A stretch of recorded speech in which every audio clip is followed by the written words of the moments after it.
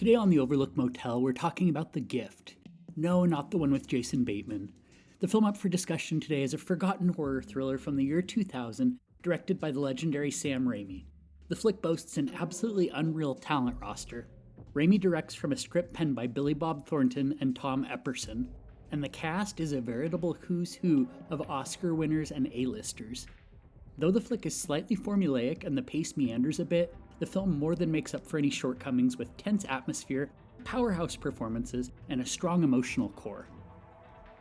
The film follows Annie, a single mother of three who makes ends meet working as a fortune teller.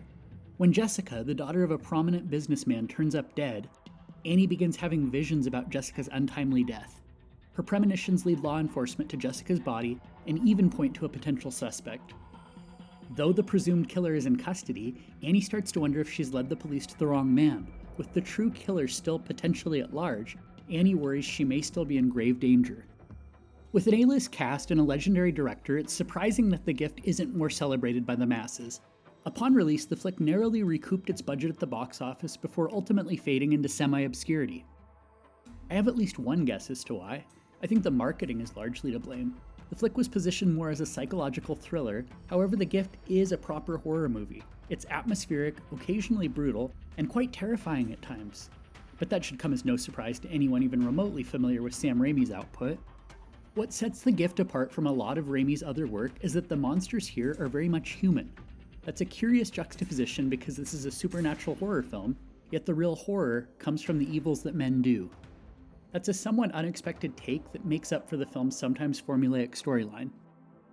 The characters, good, bad, and in between, are well developed and quickly pull us into their twisted world.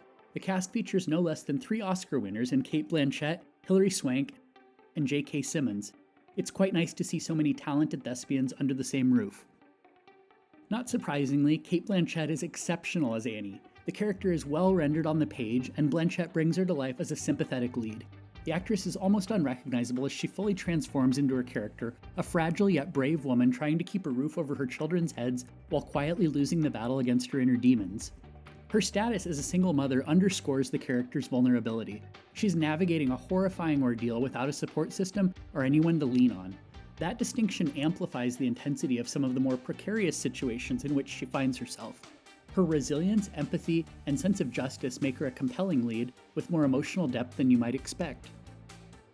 A stable of talented actors round out the supporting cast, and everyone involved brings their A-game. The Gift features exceptional performances from almost every key player. One standout example is Keanu Reeves as accused killer Donnie Barksdale. The beloved actor makes the character properly terrifying. It's great to see him tackle such a nasty role here. Reeves often gets typecast as an easygoing nice guy, a lovable meathead, or a law enforcement type. This is a definite departure from the sort of characters he's best known for playing, and I'm here for it. His brooding mannerisms and his hair-trigger temper are profoundly unnerving. Donnie is pure evil in human form. Giovanni Ribisi is the other standout from the supporting players. He turns in a textured showing where his best intentions are thwarted by his unpredictable nature, which is informed by unprocessed trauma. The actor is wholly convincing as an unhinged auto mechanic, effortlessly pivoting from gentle to terrifying at a moment's notice. Despite the picture's numerous strengths, it does have some issues. Accordingly, I want to give you a heads up regarding what doesn't work quite as well. There are some minor pacing problems. The courtroom scenes in the second act slow the proceedings down a bit too much for my liking.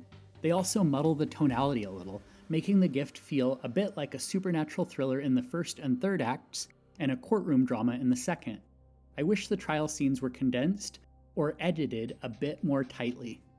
With that said, my qualms are very minor, and I'm more than willing to overlook any shortcomings based on strong performances from a gifted cast and the picture's impressive emotional core. Not to mention, Sam Raimi crafts some profoundly intense exchanges, sure to make you jump out of your seat. On the whole, The Gift is scary, suspenseful, and engaging. The picture is well worth seeking out. If you haven't yet experienced it, you're in for a treat. If you're eager to track the picture down, you can find it available on physical media or as a digital rental as of the publication of this video. For maximum effect, watch The Gift when you're home alone, late at night with all the lights off.